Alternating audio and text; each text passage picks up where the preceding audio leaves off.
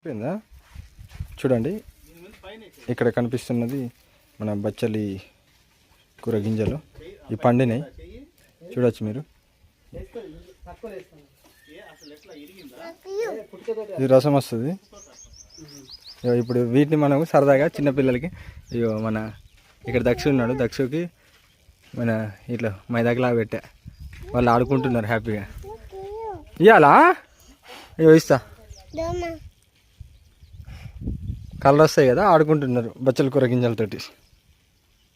దక్షు అన్న వాళ్ళ కొడుకులు, దక్షు 5.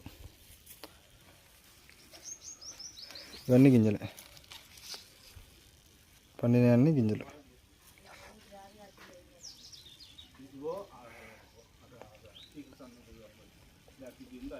బచ్చల కూర గింజలు.